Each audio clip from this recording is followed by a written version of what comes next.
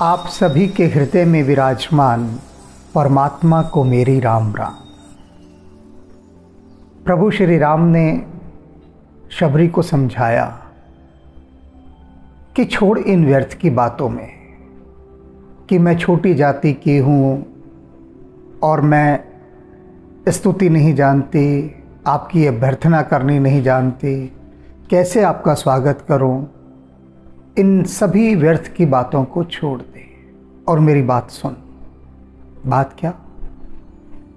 कि बिना भक्ति का जो मनुष्य होता है ना, प्रभु श्री राम शबरी को कह रहे हैं कि उसके पास चाहे धन हो, दौलत हो, कितनी भी विद्या क्यों ना हो, पढ़ाई लिखाई हो, कितना ऊंचा पद हो, बहुत भरा पूरा कुटुंब हो, रुतबा हो समाज में, कुछ भी हो, सब कुछ हो उसके पास, लेकिन भक्ति ना हो, तो वो ऐसा है जैसे कि कोई बादल जिसमें कि जल ही ना हो, बिना जल का बादल, व्यर्थ, कोई अर्थ नहीं उसके होने का। क्योंकि बादल के होने का अर्थ होता है उसमें जल हो, बादल को जलधर कहते हैं। अब बिना जल का है तो बस देखने भर के लिए है, धरती की प्यास नहीं बुझा सकता, परोपकार नहीं कर सकता, न अपना न दूसरों का। तो अब प्रभु श्री राम शबरी को एक ऐसा पुरस्कार दे रहे हैं जिसका कोई ठोर ठिकाना और छोर कुछ भी नहीं है। अनुपम है, अनुपम से अनुपम। किस लिए? क्योंकि प्रभु श्री राम स्वयं अपने श्री मुख से शबरी को अपनी नवधा भक्ति बता रहे हैं कि मेरी ये 9 प्रकार की भक्ति कौन सी होती है, और साथ ही साथ क्या कह रहे हैं शबरी से। प्रभु श्री राम शबरी से कह रहे हैं, मैं आपसे क्या कहूँ, मेरी समझ में नहीं आता। उन्होंने जो शबरी से कहा वह मैं कह देता हूँ, आप सुन लीजिए। और उस सुनने के बाद अगर इशारा समझ में आ जाए तो आपकी बात बन जाएगी। क्या कहते हैं सुनिए। नवदा भक्ति कयूं तो ही पाहे, कि अब मैं तो जैसे सुपात्र को पाकर अपनी नवदा भक्ति कहता हूं, सभी से नहीं कहा जा सकता। और अब सुनिए ध्यान से, सावधान, प्रभु श्री राम कह रहे हैं शबरी से सावधान। इसलिए सुन धर मन माही, पूरा ध्यान लगाकर, मन लगाकर, धैर्य पूर्वक मेरी बात सुनना, ये प्रभु कह रहे हैं। इसका मतलब बात बहुत गहरी है, तभी तो कह रहे हैं शबरी से कि सुन और इसे मन में धारण कर लेना। सावधान सुन धर मन माहे, ध्यान से सुनना और मन में धारण कर लेना। ये समझाया है उन्होंने सबसे पहले शबरी को, गाइडलाइन दी है। अब आपको इस गाइडलाइन को फॉलो करना हो, इस जो एक संकेत दिया है, इस संकेत को यदि आपने पकड़ लेना हो तो फिर बात बन जाएगी आपकी। अब आगे सुनिए, सावधान होकर क्या सुना रहे हैं। प्रथम भक्ति संतन कर संगा, कह रहे हैं सुन शबरी, नवधा भक्तियों में मेरी सबसे पहली भक्ति क्या है कि तुम संतों का संग करो। सबसे पहली भक्ति साधुओं का, सन्यासियों का, संतों का। अब संतों से क्या अभिप्राय? अब संत कोई पैसे की दौड़ में तो है नहीं कि तुम्हें बिजनेस ट्रिक सिखाएंगे। संत माने कौन? जो राम की यात्रा में है, जो अध्यात्म की यात्रा में है, जो भक्ति की यात्रा में है, वह संत है। तो कहते हैं कि संतों का संग करना ये पहली भक्ति है। दूसर रति मम कथा प्रसंगा, और दूसरी भक्ति क्या है कि मेरी कथा में, मेरे प्रसंगों में रसलीन हो जाना, लवलीन हो जाना, रुचि रखना मेरी कथाओं में। आप देखिए जो प्रभु की कथाएं हैं, उनमें जो भक्त हैं कैसे डूब जाते हैं। वे कथाएं उन्होंने न जाने कितनी बार सुनी होती हैं, कितनी बार, हर बार, लेकिन उसके बाद भी, हर बार सुनने के बाद भी वे बारंबार उसे सुनते हैं, बारंबार। पुराणों में, उपनिषदों में कितनी बार शिष्य गुरु से कहता है कि गुरुदेव आप वह प्रसंग सुनाइए हरि कथा का। तो गुरु कहता है कि मैं तुझे कितनी बार सुना चुका हूँ। शिष्य कहता है लेकिन तृप्ति नहीं हुई, फिर सुनना है, आपके श्री मुख से सुनना है। आप सुना चुके हैं, मैं सुन भी चुका हूँ, लेकिन तृप्ति तो हुई नहीं। तो यह ऐसी कथा है प्रभु प्रसंग की कि जिसे बार बार सुना जाए, लीन होकर सुना जाए। तो प्रभु क्या कह रहे हैं, दूसरी भक्ति क्या है कि मेरी कथाओं में आपकी रुचि हो। ये रुचि होना ही भक्ति है कथाओं में।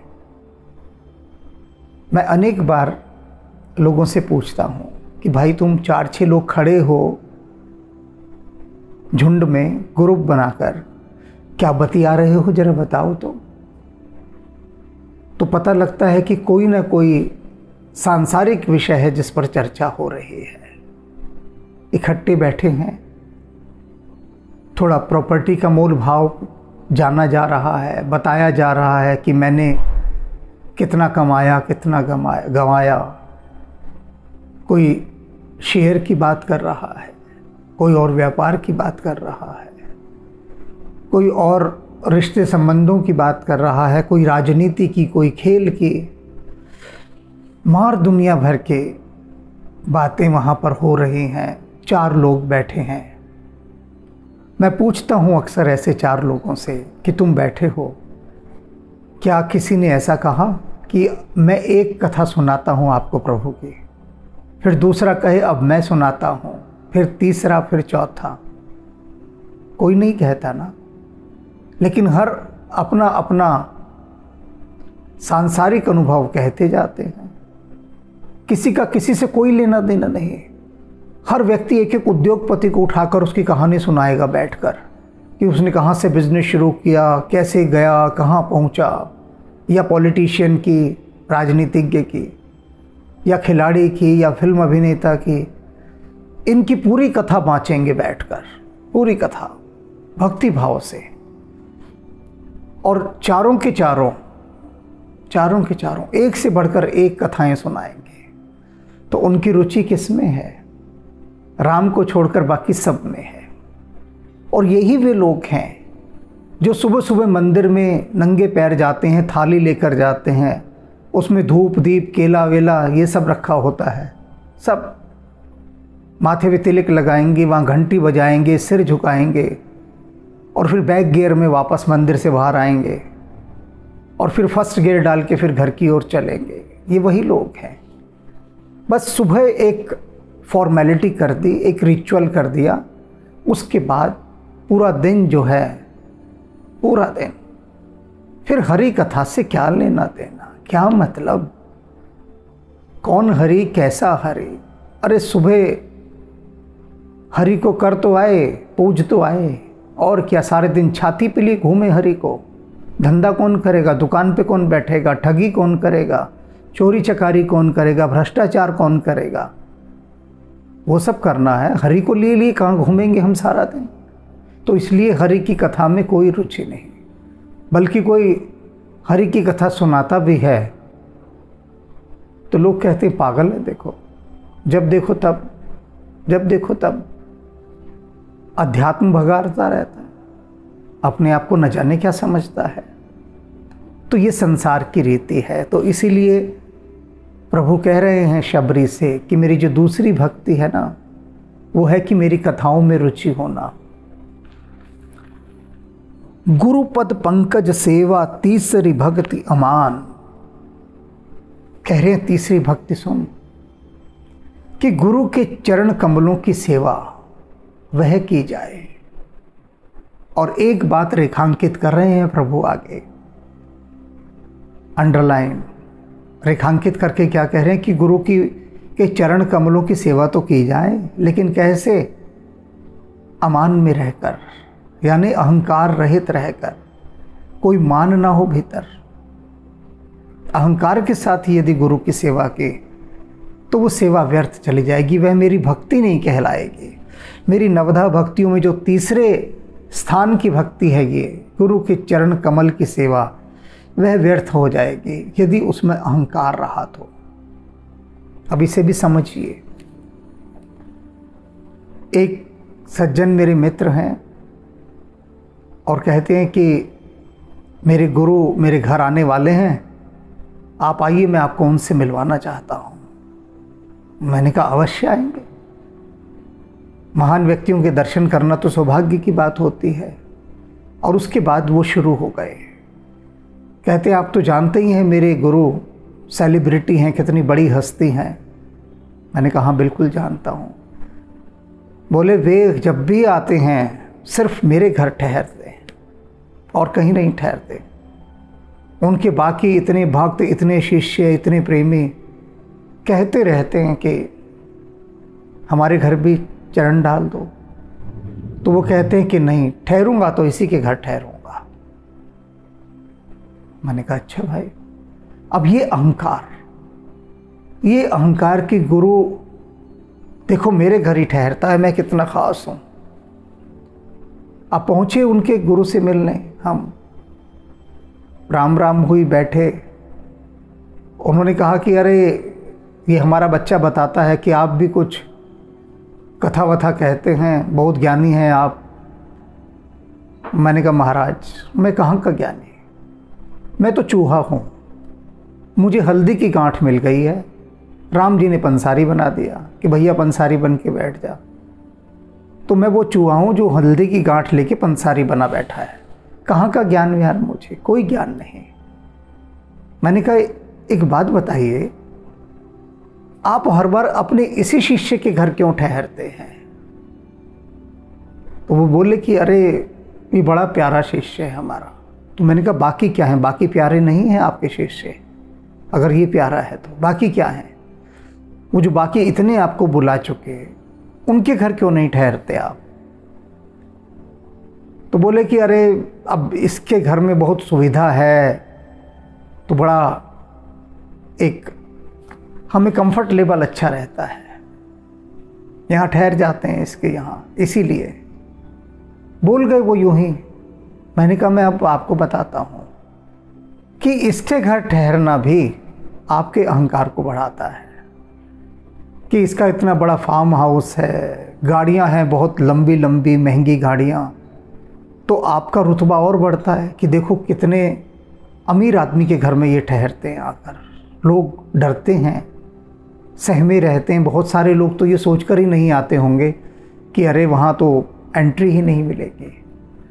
मैंने कहा आपके मन में कभी नहीं आया कि अपने किसी गरीब घर के जाकर ठहरे, किसी गरीब भक्त के घर चले जाएं? वे बोले उसके घर ठहरूंगा तो उसके ऊपर दबाव पड़ेगा, खर्चा बढ़ेगा उसका। मेरे ठहरने का मतलब है मेरे साथ इतने लोग होते हैं, उनका खाने पीने का इंतज़ाम वो सब करना, वो गरीब तो बर्बाद हो जाएगा मेरे ठहरने पर। मैंने कहा नहीं। मैंने उनसे कहा कि यदि राम किसी गरीब के घर जाकर ठहरते हैं तो क्या वह गरीब बर्बाद हो जाता है? अरे आप जिस गरीब भक्त के घर ठहरेंगे जाकर, उसका तो उद्धार हो जाएगा। ये बोले हम राम थोड़ी ना है। मैंने कहा बिल्कुल सही कहा आपने, आप राम नहीं हैं, लेकिन राम के आप भक्त तो हैं, सेवक तो हैं, उनके प्रतिनिधि तो हैं। आप जिस गरीब के घर जाकर ठहरें, तो जिस अमीर के घर आप अभी ठहर रहे हैं उससे जाकर कहिए कि वहाँ का सारा खर्चा तो उठाएगा, और जब मैं वहाँ से चलूँगा तो उस गरीब को प्रसाद रूप में तो धनराशि भी देगा कि तेरे घर गुरुदेव आकर ठहरे, ये तेरा प्रसाद है, उनकी तरफ से आशीर्वाद। मैंने कहा दे आइए 1-2 लाख रुपया उस गरीब को, उसके घर ठहर भी आइए, तो उसका भी जीवन निहाल हो जाए।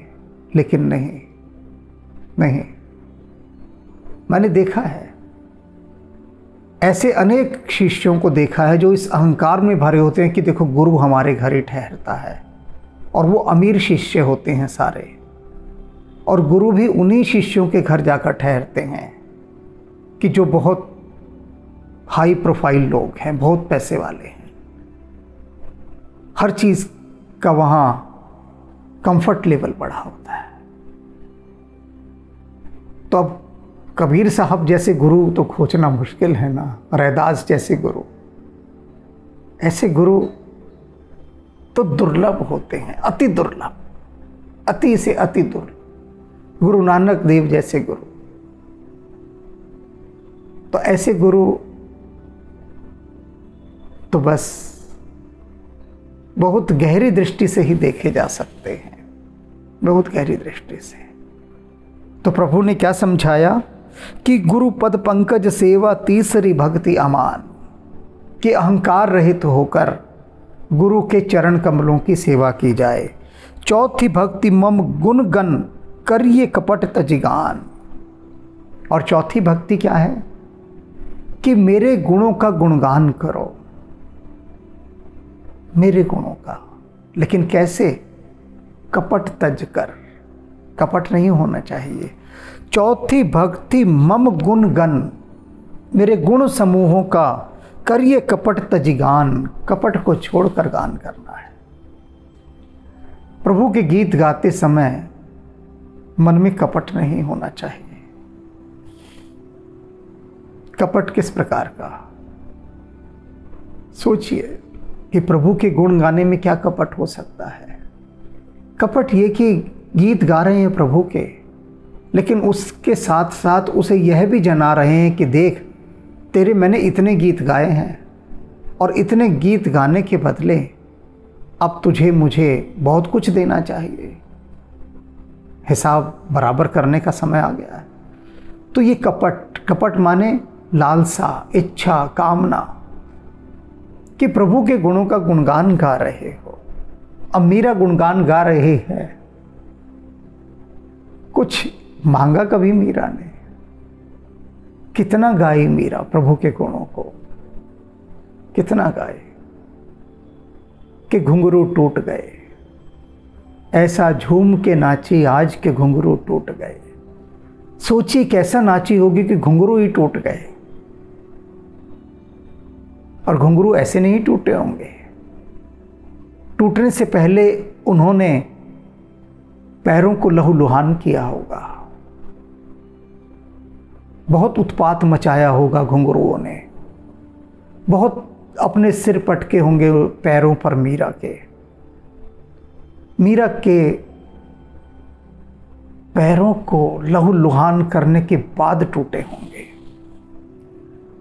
तो ऐसा झूम के नाची, कितने गुण गाए मीरा ने, कितने गुण गाए। कोई कपट था, कोई चाहना थी? कुछ नहीं, कुछ भी नहीं।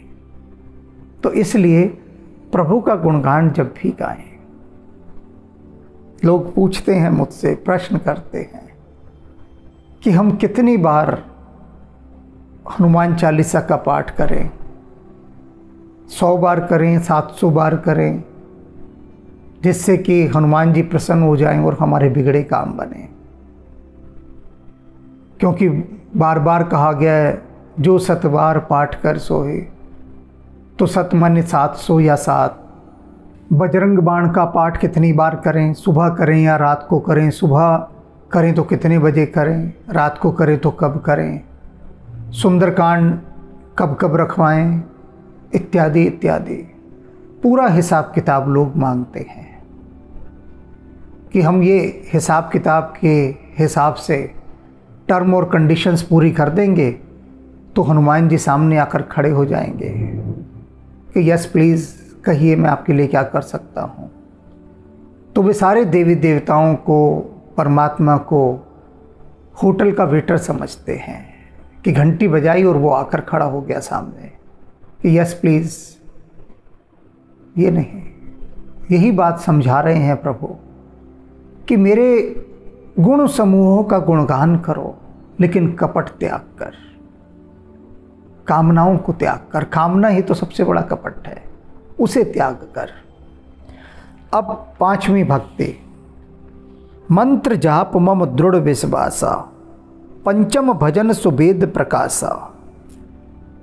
कह रहे हैं जो मेरी पंचम भक्ति है ये तो सारे वेदों में प्रकाशित है, सब लोक जहां में कही गई है। क्या है 5वीं भक्ति? मम जाप, मेरे राम नाम का जो जाप है ना उसे करना निरंतर। और कैसे करना? मंत्र जाप मम दृढ़ विश्वासा, दृढ़ विश्वास के साथ करना है, यूं ही नहीं कर देना, दृढ़ विश्वास के साथ। बहुत भक्तों की ये जिज्ञासा आती है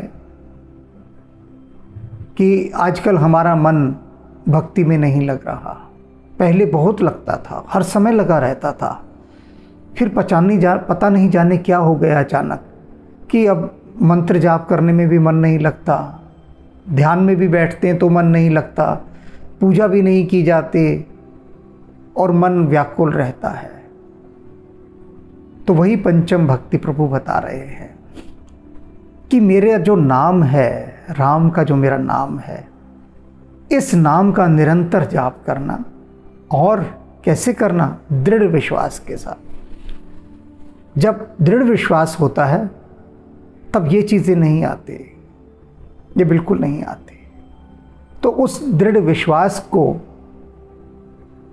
मजबूत करने के लिए अपनी इच्छा शक्ति को बढ़ाना होता है।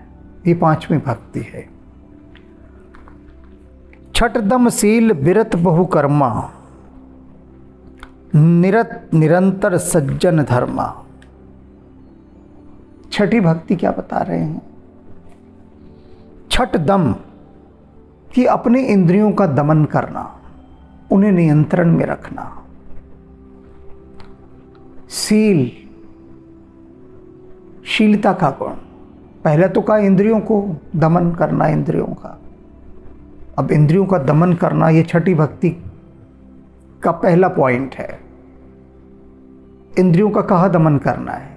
हम कहाँ दमन करते हैं इंद्रियों का? कि मन यदि भक्ति का कर रहा है तो उसे कहते चल मेले ठेले चलते हैं, वहाँ ले जाएंगे। इंद्रियों का दमन नहीं होगा।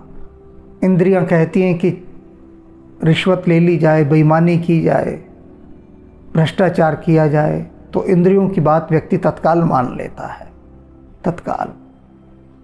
और दूसरों को सताकर उनसे रिश्वत लेता है। ये बड़े से बड़े पाप में है रिश्वत लेना। बेईमानी करता है, भ्रष्टाचार करता है। सब कुछ ठीक है, मैं देखता हूं बहुत सुंदर 4 दीवारी बनी हुई थी पार्क की, वो तोड़ी जा रही है। अच्छी भली बहुत सुंदर, तोड़कर उसे बहुत गंदा कर दिया गया, फिर से नई बनाई गई। मेरी ये बात आज तक समझ में नहीं आई कि जो चीज़ पहले से ही बहुत सुंदर थी, अच्छी बनी हुई थी, उसे फिर से तोड़कर क्यों बनाया गया?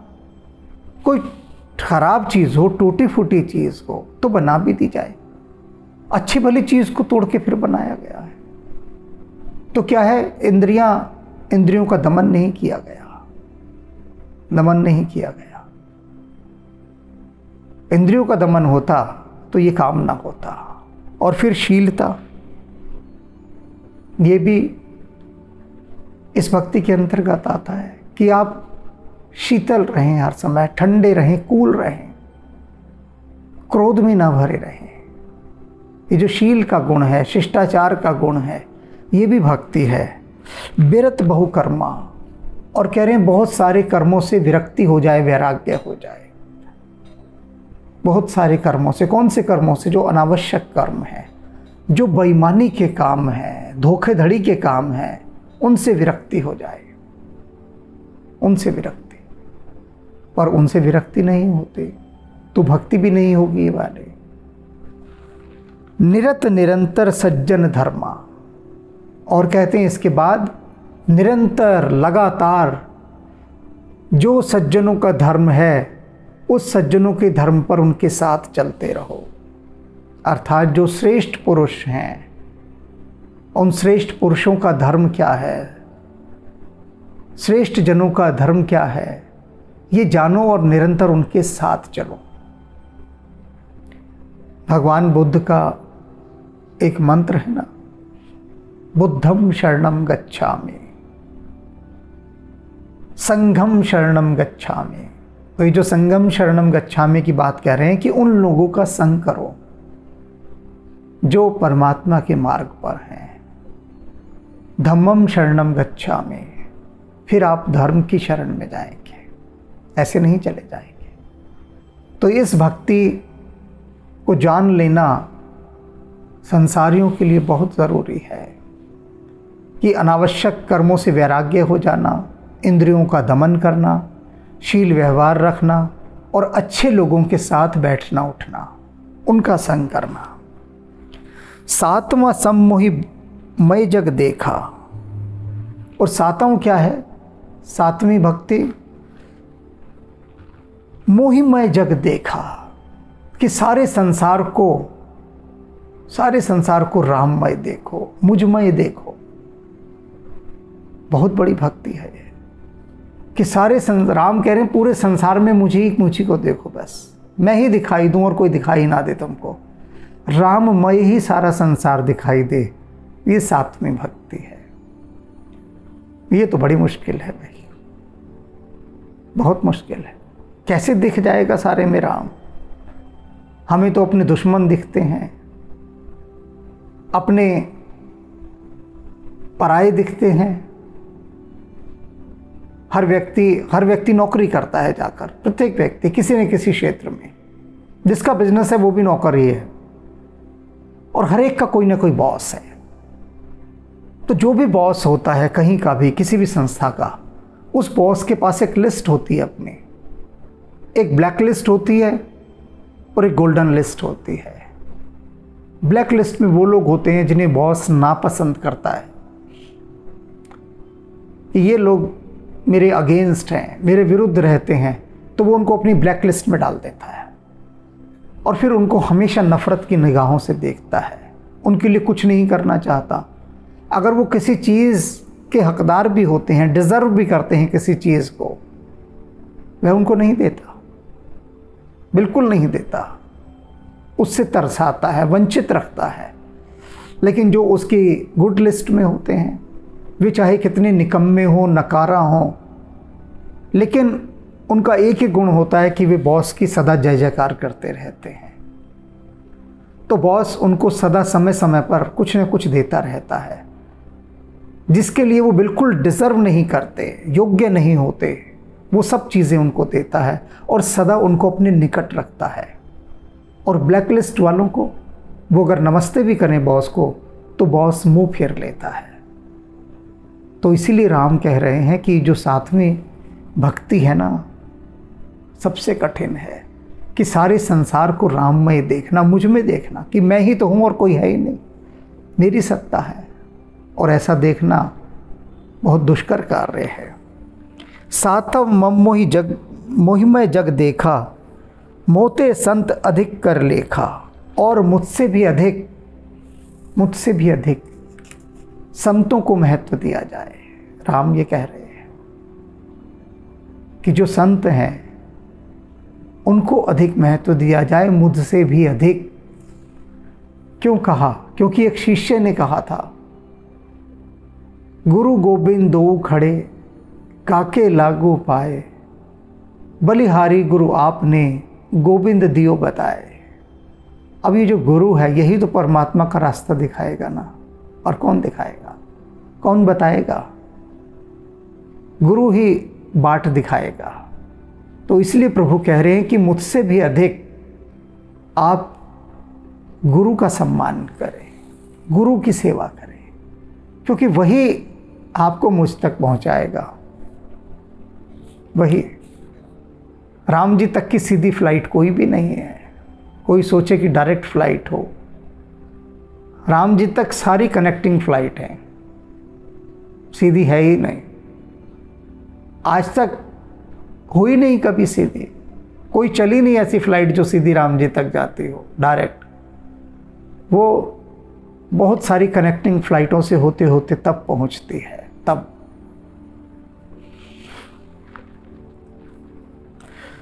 आठों जथा लाभ संतोषा, सपने हो नाही देख ही परदोसा। आठवीं भक्ति क्या है? जथा लाभ संतोषा, जाही विधि राखे राम ताही विधि रही। यह आठवीं भक्ति है। राम जी कह रहे हैं शबरी से कि शबरी सुन, जो भी मैं दे दूं, जितना भी मैं दे दूं, उसको सिर माथे से लगाकर संतुष्ट रह जाना। ये मेरी आठवीं भक्ति है। ये जान ले, जो दे दिया मैंने, जितना दे दिया, कोई हाय हल्ला नहीं, कोई हाय तौबा नहीं मचाने कि हाय राम तूने कम दिया। कम दिया कोई बात नहीं, जो भी दिया मैंने उसमें संतुष्ट हो जाना। उसमें अब इसका एक गलत अर्थ मत समझ लीजिएगा, लोग ले लेते हैं गलत अर्थ कि प्रभु तो यहाँ स्वयं कह रहे हैं कि जो मैंने दे दिया बस उसी में संतुष्ट रहो, तो हम आगे मेहनत नहीं करेंगे, परिश्रम नहीं करेंगे। यह बात नहीं, इसका अर्थ यह नहीं है, बिल्कुल नहीं है। यहीं पर अर्थ के अनर्थ हो जाते हैं। लोग समझ लेते हैं कि भैया अगर हम खेती करके 1 क्विंटल अनाज उगा रहे हैं तो प्रभु राम ने कहा उसी में संतुष्ट रहो और हाय तौबा मचाने की ज़रूरत नहीं। ये नहीं कह रहे वे इतना ही कह रहे हैं कि अगर मैंने 1 क्विंटल अनाज उगाने तक का तुम्हें एक अधिकार दिया हुआ है या दान दिया हुआ है कि तुम 1 क्विंटल अनाज तुम्हें मिलेगा साल में, बस इतना ही मिलेगा, तो राम कह रहे हैं उसमें संतोष करो, उसको लेकर दुखी नहीं होना, लेकिन अधिक कमाने के लिए धर्मपूर्वक, अधिक उगाने के लिए धर्मपूर्वक प्रयत्नशील रहना है, पुरुषार्थ करना है। पुरुषार्थ करो, मुझे समर्पित करके पुरुषार्थ करो, मुझे उचित लगेगा मैं उस पुरुषार्थ का फल दे दूंगा। लगेगा कि अभी नहीं देना चाहिए तो नहीं दूंगा, लेकिन दूंगा अवश्य। ये मत समझ लीजिएगा कि प्रभु की इच्छा वो फल दें या ना दें, ना दें वाली तो बात है ही नहीं। ये अपनी बुद्धि और मन से निकाल दीजिए। ऐसा कोई भी पुरुषार्थ नहीं है जिसका फल परमात्मा नहीं देता, सभी का देता है।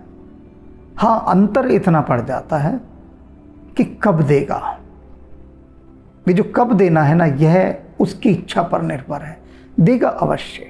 आपने मेहनत की, आप कहेंगे कि हमने बहुत परिश्रम किया, हमारा सारा परिश्रम नाली में बह गया, कुछ लाभ नहीं मिला, ऐसी बात नहीं। उस परिश्रम का जो पुष्प था, उस पुष्प से जो सुगंध खिली थी, वो पहुंच गई परमात्मा के पास। अब आपके परिश्रम के जो अकाउंट है उसके अंदर एक अंश जाकर जुड़ गया आपका, और जुड़ते जुड़ते एक दिन इकट्ठा आपको सब मिल जाएगा। कब मिलेगा ये तो राम जाने।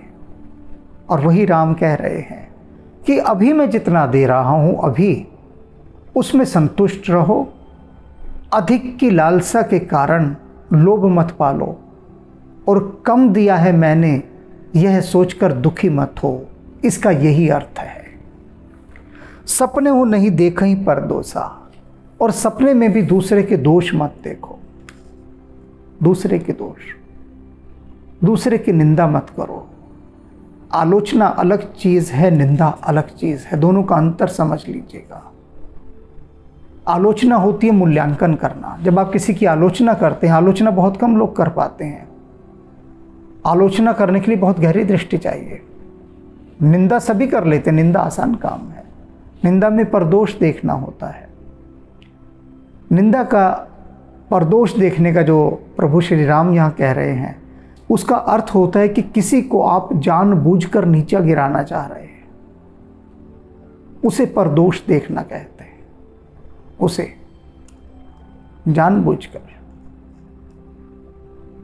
तो ये जो जानबूझकर करना है ना, किसी के आप अवगुण बता रहे हैं या कमियां बता रहे हैं। किस लिए बता रहे हैं कमियां? कि जिससे उसको नीचा गिराया जा सके, उसकी हंसी उड़ाई जा सके, तो वह परदोष देखना हो गया।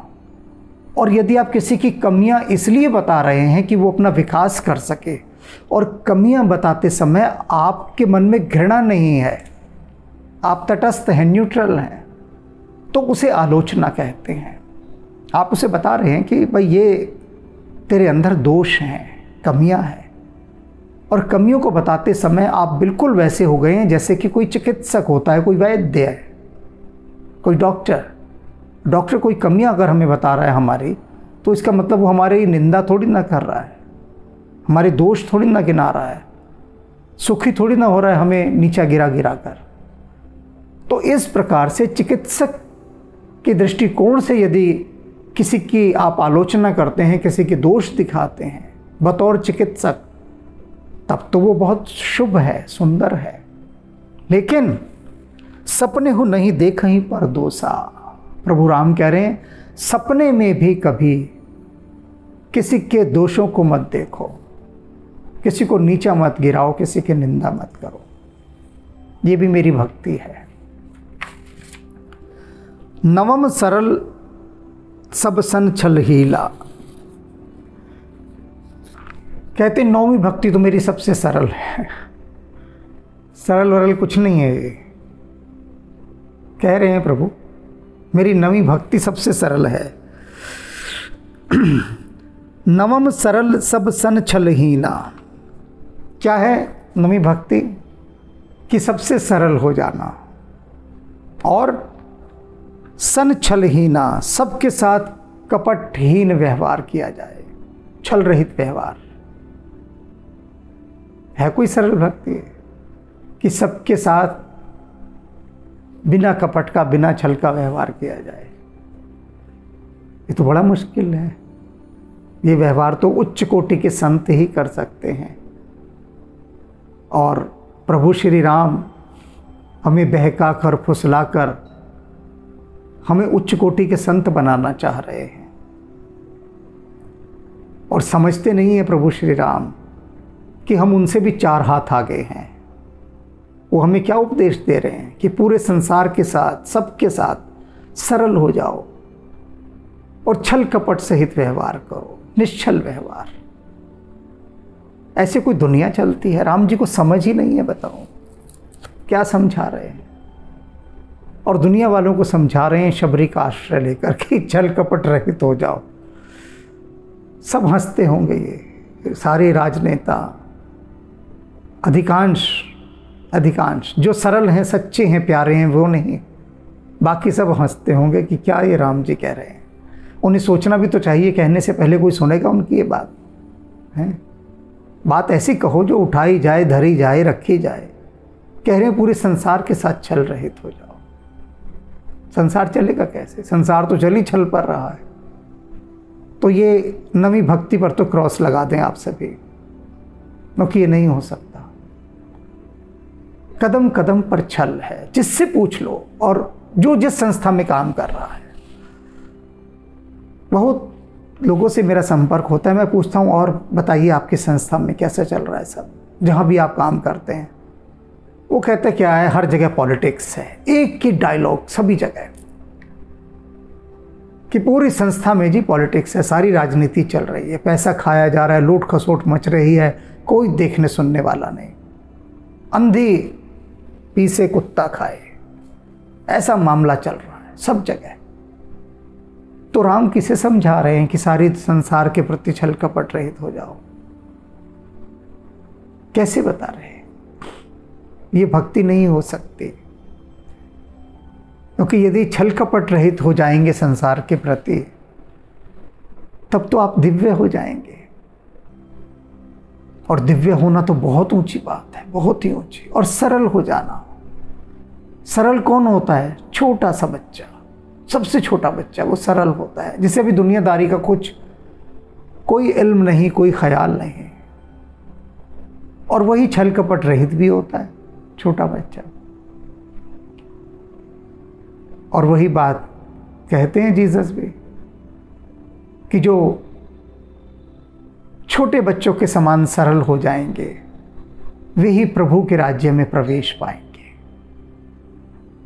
तो ये पहली एक शर्त है, टर्म और कंडीशन है, जो सबसे आखिर में नवी भक्ति में जताई गई कि प्रभु के राज्य में प्रवेश करना है, राम राज्य में प्रवेश करना है, तो सरल होना पड़ेगा और सभी के प्रति छल कपट रहित होना पड़ेगा। सभी के प्रति, सभी में शत्रु सबसे पहले आ गए, सबसे पहले उनके प्रति छल कपट रहित होना पड़ेगा। तो ये बात आप भी ध्यान से सुन रहे होंगे, क्योंकि प्रभु श्री राम ने पहले ही सावधान कर दिया था शबरी को कि ध्यान से मेरी बातों को सुनना है और हृदय में धारण करना है। अब मैं समझ रहा हूं आपकी समस्या। प्रभु श्री राम ने ये 9 भक्तियां बताई। बेचैनी शुरू हो गई होगी भीतर बहुत ज़्यादा कि तो हमारे लिए बड़ा मुश्किल है करना। राम जी के हिसाब से तो हम उनको कभी अब पा ही नहीं सकेंगे, उनकी भक्ति कर ही नहीं सकेंगे। पाना तो दूर की बात है, यहाँ पाने की बात नहीं कर रहे प्रभु। राम जी कह रहे हैं कि ये मेरी भक्ति है, ये 9 प्रकार की मेरी भक्ति है, इनको करने के बाद मुझ तक पहुंचा जा सकता है। ये समझ लीजिए कि ये 9 फ्लाइट्स हैं अलग अलग टाइम पर चलने वाली, इनसे होकर पहुंचा जा सकता है। अब सच में बहुत बहुत विकट स्थिति हो रही होगी आपके भीतर कि कैसे हम 9 के 9 इन भक्तियों को करें। तो कोई बात नहीं, चिंता नहीं करो, आगे देखते हैं। पहले नवम सरल सब संछलहीना, मम भरोस ही हर्ष न दीना। और मेरे भरोसे रहना है। नौवीं भक्ति के अंदर ये भी आ रहा है, प्रभु कहते मेरे भरोसे रहो, और मेरे भरोसे रहकर अगर मैं तुमको कोई बहुत बड़ी उपलब्धि दे दूं, तुम्हें बहुत सारा धन दे दूं, बहुत सारा धन, ऊंचा पद दे दूं, तो बहुत ज़्यादा खुशी से उछलो मत।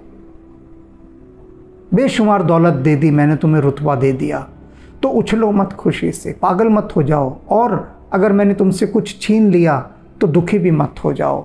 ये भी मेरी एक भक्ति है। दोनों स्थितियों में बस मुझ पर भरोसा रखो। नवमहु एक हूँ जिनके होए। अब आप हम सभी के लिए बड़ा इस समय एक विश्राम आया है, एक रिलैक्स आया है, तसल्ली आई है। प्रभु कहते हैं इन 9 में से यदि कोई एक भी किसी के पास है, 9 में से 9 भक्तियां बताई हैं, तो राम जी तो जानते हैं सबके जी की, वो समझ रहे हैं कि 9 की 9 भक्तियों को एक साथ कोई नहीं कर सकता। तो वे कह रहे हैं कि इन 9 में से यदि कोई एक भी किसी के पास है, एक भी, नवमहु एक हूँ जिनके होए, जिनके पास एक भी होगी इन 9 में से, नारी पुरुष सचराचर कोई भी हो, चाहे वो स्त्री हो, पुरुष हो, जड़ हो, चेतन हो, कोई भी हो, कोई भी। अनेक नारियां ये कहती हमें तो भक्ति करने की वो सुविधा, वे अधिकारी प्राप्त नहीं है जो पुरुषों को होते हैं। नहीं, बिल्कुल गलत बात।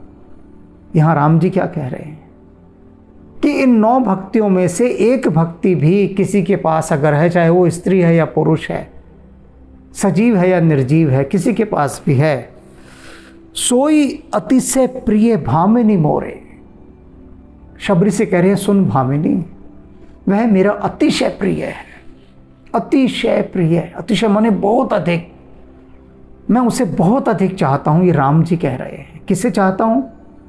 जिसके पास इन 9 भक्तियों में से एक भी भक्ति अगर है, एक भी। ये तो कितनी आसान बात कर दी प्रभु श्री राम ने। 9 विकल्प दे दिए, 9 ऑप्शंस, और उन 9 में भी कहते हैं कोई एक ले लो।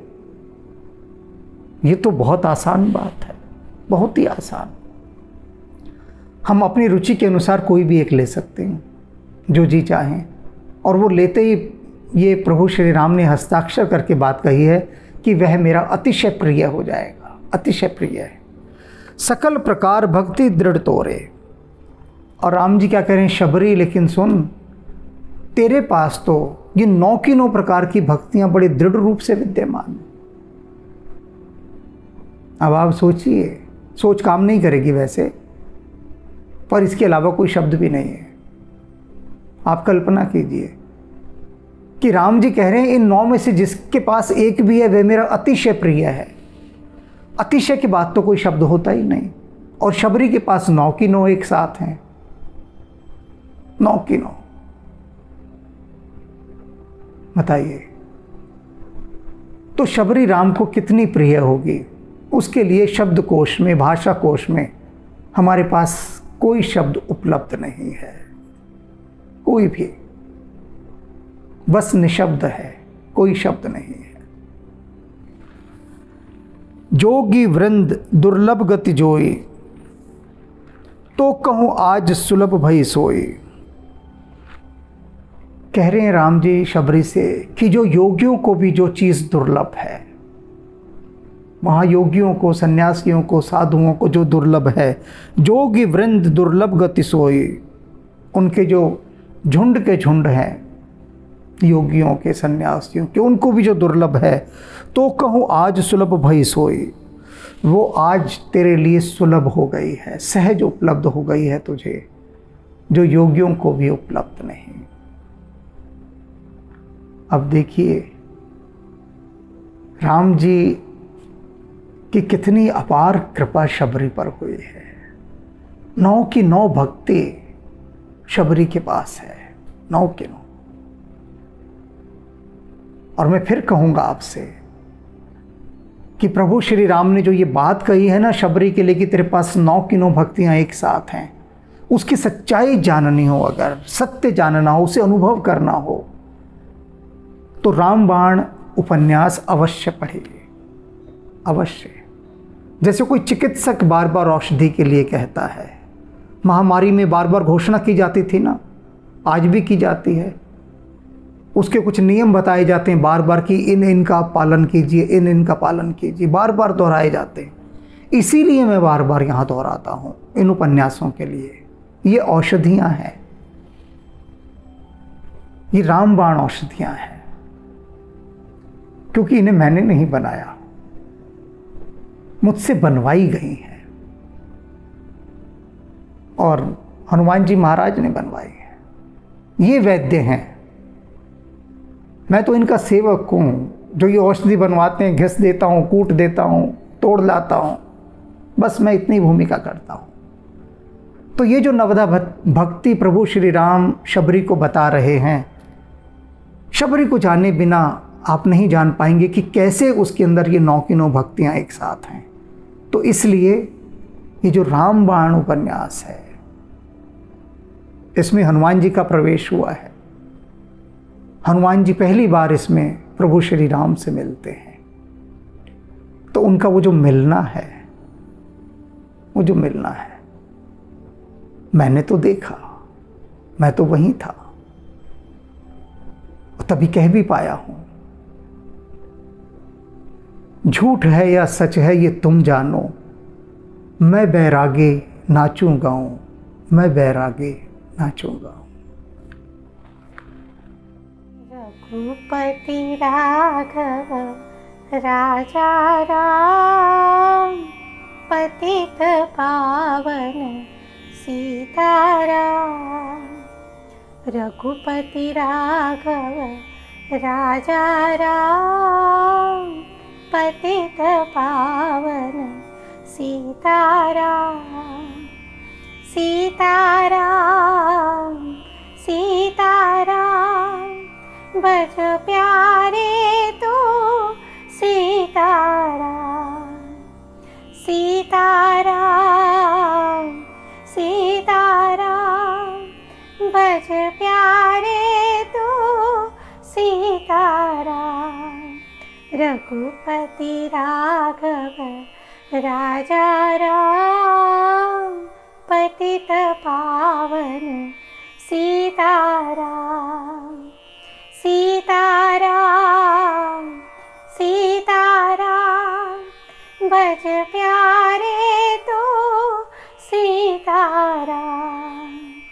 सीताराम सीताराम बज प्यारे तो सीताराम। रघुपति राघव राजा राम, पतित पावन सीताराम, पतित पावन सीताराम, पतित पावन सीताराम।